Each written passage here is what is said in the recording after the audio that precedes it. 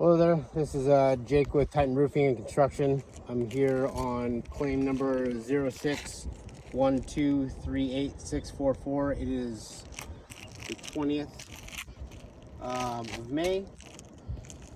We got the ITEL back saying that it is a Shakewood gaff shingle, which is probably what it is. I'm gonna go through, since we have the direction on what shingle it is, which is what we have here.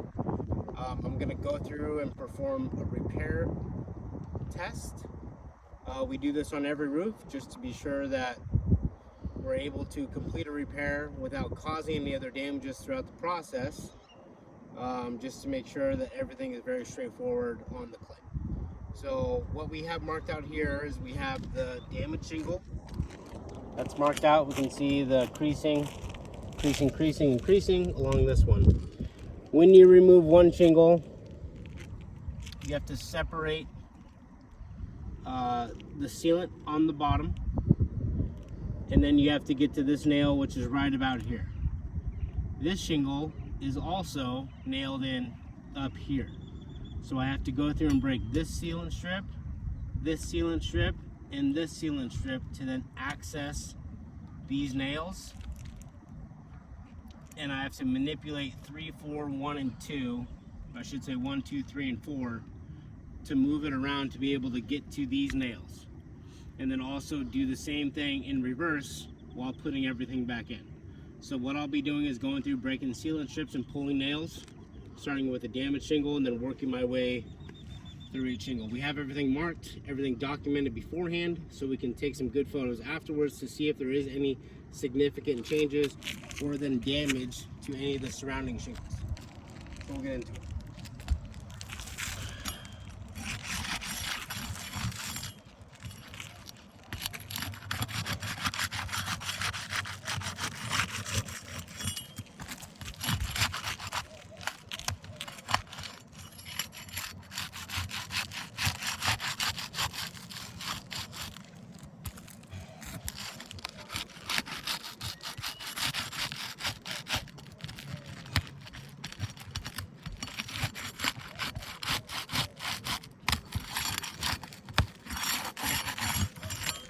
Okay, sealant strip for 1 and 2 are completed.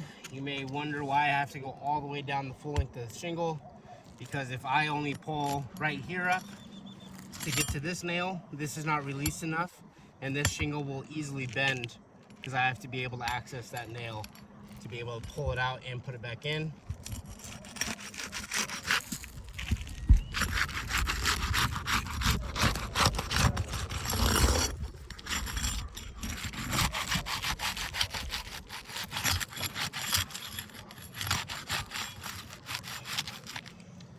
We have damage right there from the pry bar. These things are paper thin.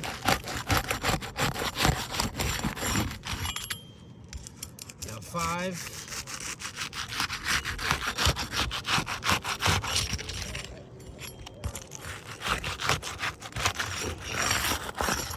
6.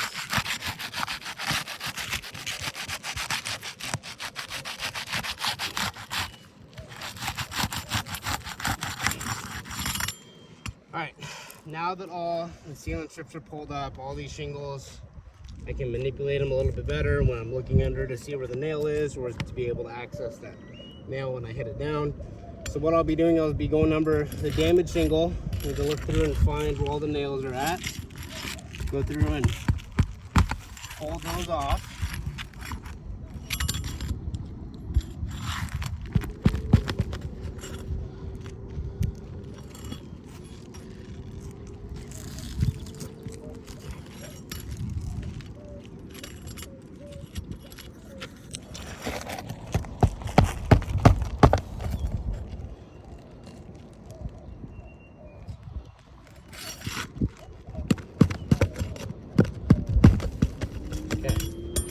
Now that this nail strip is removed, now I have to go in under 1 and 2 to remove the top nails that interlock these shingles.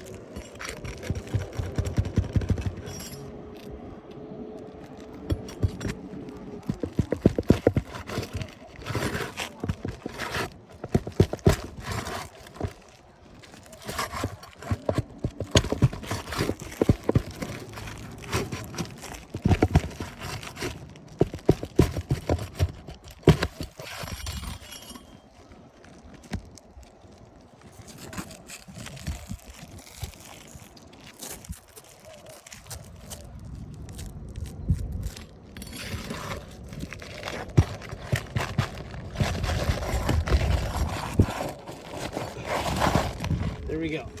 Old shingle is out. New shingle going in. Make sure I don't need to do any cutting. I'll need to a little bit.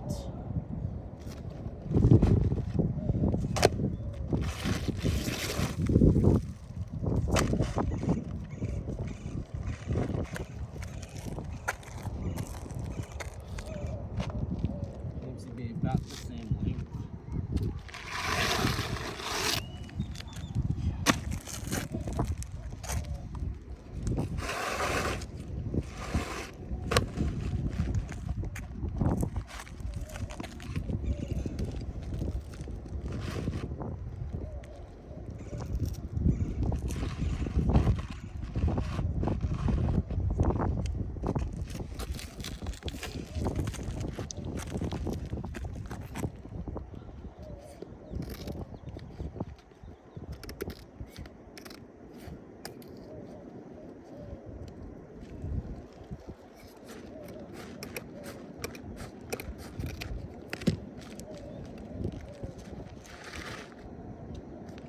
That will sit. We need to go through and make sure all the nails are out.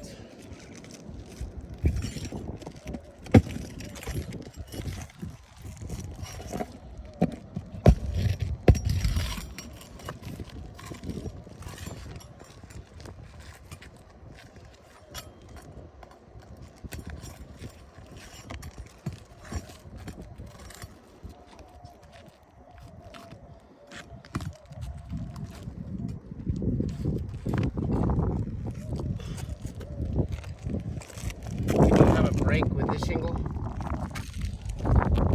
You see that tear from me manipulating to get that nail out. We also have, if you look down in here, in this section, we'll get some better photos of it, but that is some very big mat transfer. This sealant from this shingle is pulling material from the bottom shingle, creating more damage that will never seal back up.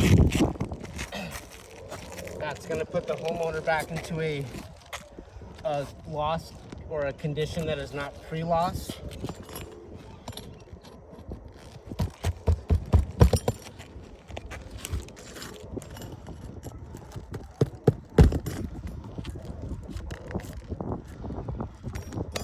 Okay, now that all these nails are out, we'll slide this back in.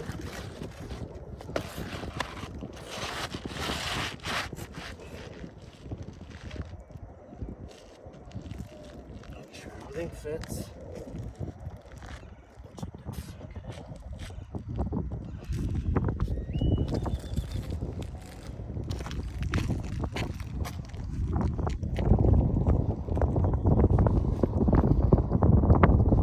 Now I'll be putting back the manufacturer specifications 6 nails per shingle. Again, I have to put it in this nail strip line for this bottom shingle. And again, this shingle will interlock into up here. So I have to put a row of nails into right here as well. So I'll start with the bottom first.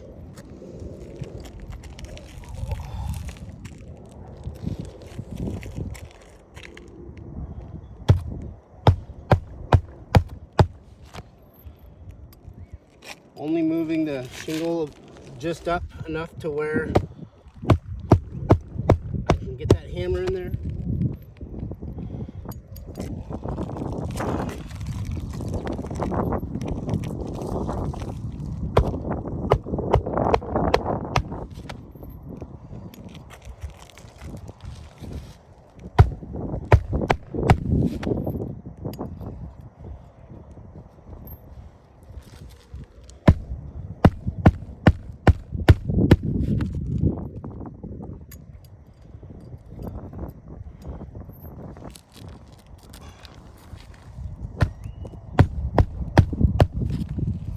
Okay, now that this shingle is in on the main nail strip, I'm going to go through and replace the nails up on this one.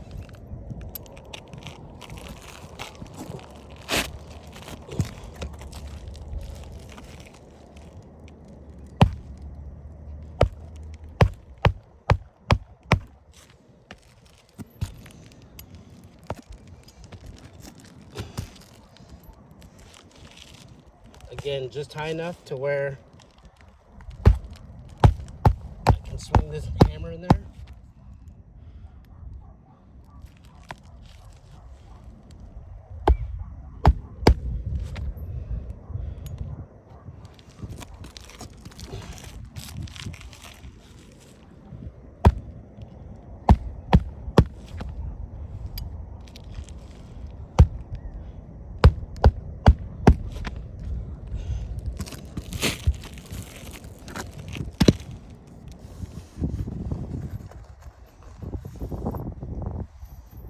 Already showing of granule loss increasing in the shingles I've manipulated. We'll go through that afterwards.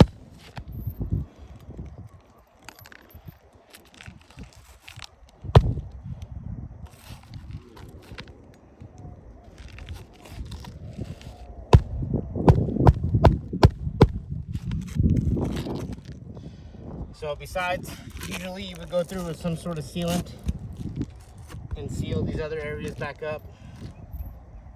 Here in Arizona, the heat will take care of that for us. But what we do have is along shingle number 3,